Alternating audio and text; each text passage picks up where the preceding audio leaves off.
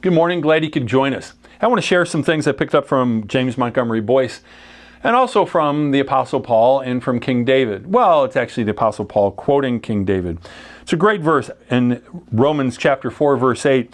Blessed is the man whose sin the Lord will never count against him.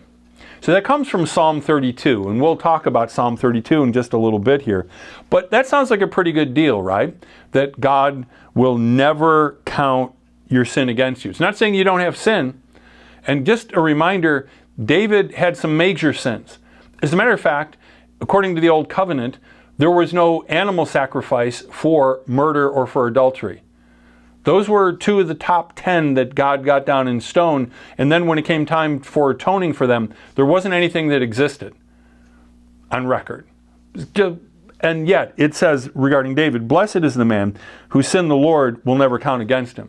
So it's not so much what you might have done, it's the attitude of your heart right now. Be encouraged by that and seek God.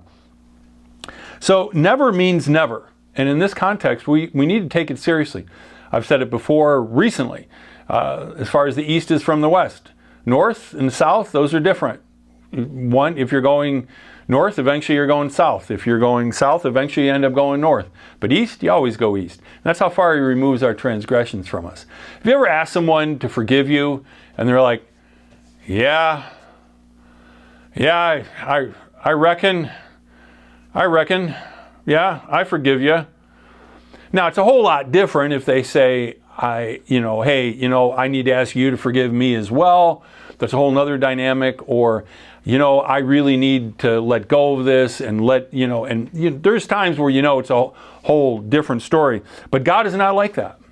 So when it says never, it means never, that he is not responding as a human being would. I think of this as a state of blessedness where, yes, we have sinned and yet God never counts it against us.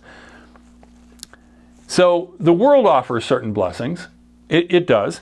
And that's how it gets people to go after shiny objects. It offers material things, chiefly. Some intangibles, though, as well, such as good reputation, success, happiness, and such. Sometimes teenagers will ask me about certain things that certain teenagers do. And I'll be honest with them, some of those things I did when I was younger, and I'm not going to tell you they weren't fun, but a lot of them come with a price tag. You tell someone, no, it's no fun, and then they try it and it is fun. It's like, well, they're not going to listen to you about anything else. So, but you can have all these things and be miserable, and that was David's situation. He had a great reputation. He was king of a most favored nation. He had wealth, reputation, he had wives, and yet, let me go back to Psalm 32, after he has said, blessed is the man whose sin is not counted against him, ever, never, never.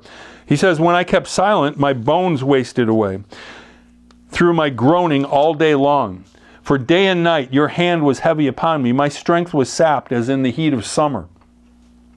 Then I acknowledged my sin to you and did not cover up my iniquity. And I said, I will confess my transgressions to the Lord. And you forgave me the guilt of my sin. Not only the sin, but he takes away the guilt. But it doesn't happen until we come clean with God. David had it all, but then he went after things that he never should have gone after. And then he felt the hand of God heavy upon his life. He felt cut off from God. Is that you today? You might know Jesus as your Savior, but is there something you're not confessing to him? If you do, he will forgive you, and he will never count it against you. God bless you. Have a great day.